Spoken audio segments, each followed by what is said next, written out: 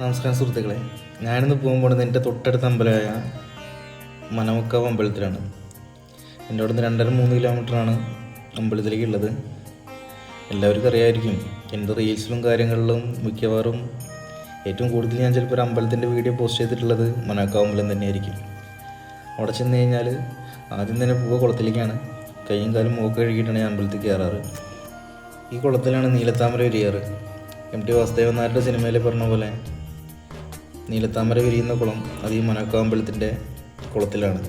മനസ്സൊരുക്കി പ്രാർത്ഥിച്ചാൽ വിരിയുന്നതാണ് ഐതിഹ്യം. ഏകദേശം 300 വർഷത്തിലേറെ പഴക്കമുള്ള അയ്യപ്പ ക്ഷേത്രമാണിത്. ഇവിടെ ഉത്സവം വരുന്നത് ജനുവരി മാസത്തിൽ 2ാം ശനിയാഴ്ചയായിട്ടാണ് ഉത്സവം വരുന്നത്. ഞങ്ങളുടെ നാട്ടിൽ ഫസ്റ്റ് പൂരമായിട്ടും ആദ്യത്തെ പൂരമായിട്ടൊക്കെയാണ് മനമുക്കാവ് പൂരം വരാറുള്ളത്. പിന്നെ ഇവിടുത്തെ പ്രധാന പ്രതിഷ്ഠ എന്ന് പറഞ്ഞാൽ എല്ലാവർക്കും അറിയാം, അയ്യപ്പൻ തന്നെയാണ്.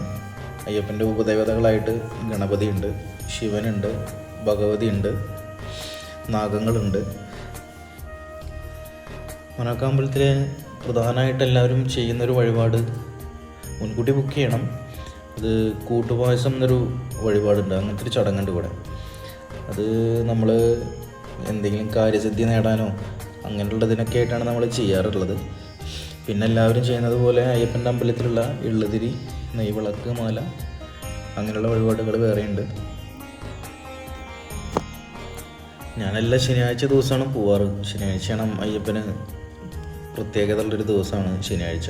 അപ്പോൾ ചുറ്റുവട്ടത്തുള്ള എല്ലാ ആൾക്കാരും മിക്കവാറും ശനിയാഴ്ച ഈ അമ്പല ദർശനം നടത്താറുണ്ട്. ഇപ്പോൾ മഴയായ കാരണം അമ്പലം കാണാൻ തന്നെ ഒരു പ്രത്യേക ഒരു രസമാണ്. കുളമായാലും ശരി, ചുറ്റുവട്ടായാലും ശരി, പച്ചപ്പുല്ലും കാര്യങ്ങളൊക്കെ അത്യാവശ്യം നിറഞ്ഞു നിൽക്കുന്നൊരു ടൈമാണ്. മലമുൽക്കാവ് ഈ ക്ഷേത്രത്തിലേക്ക് വരാനുള്ള വഴി എങ്ങനെയെന്ന് വെച്ച് കഴിഞ്ഞാൽ, ഇത് കുറച്ച് ഉള്ളേരിയയിലായിട്ടാണ് സ്ഥിതി ചെയ്യണത്. പട്ടാമ്പി ഭാഗത്ത് നിന്ന് വരികയാണെന്നുണ്ടെങ്കിൽ ഒരു 20-21 കിലോമീറ്റർ ഉണ്ടാവും. നേരെ മറിച്ച് കുറ്റിപ്പുറം ഭാഗത്തു നിന്നാണെങ്കിലും ഏകദേശം ഓൾമോസ്റ്റ് ഒരു 18-20 ഉള്ളിൽ അതും വരും. ഗൂഗിൾ മാപ്പിൽ ലൊക്കേഷൻ അവൈലബിൾ ആണ്. മലമുൽക്കാവ് ശ്രീ അയ്യപ്പ ക്ഷേത്രം എന്നടിച്ചു കഴിഞ്ഞാൽ വരുന്നതാണ്. ഈ മനമുക്കാവ് ചുറ്റുവട്ടത്തൊക്കെ ആയിട്ട് തന്നെയാണ് അത്യാവശ്യം ഫേമസ് ആയിട്ടുള്ള 1-2 അമ്പലങ്ങൾ വേറെയുണ്ട്. അതടുത്ത ഒരു വീഡിയോയിലായിട്ട് നമുക്ക് കാണാം. എന്തായാലും ഇന്നത്തെ വീഡിയോ ഞാനിവിടെ വൈൻഡ് അപ്പ് ചെയ്യണം.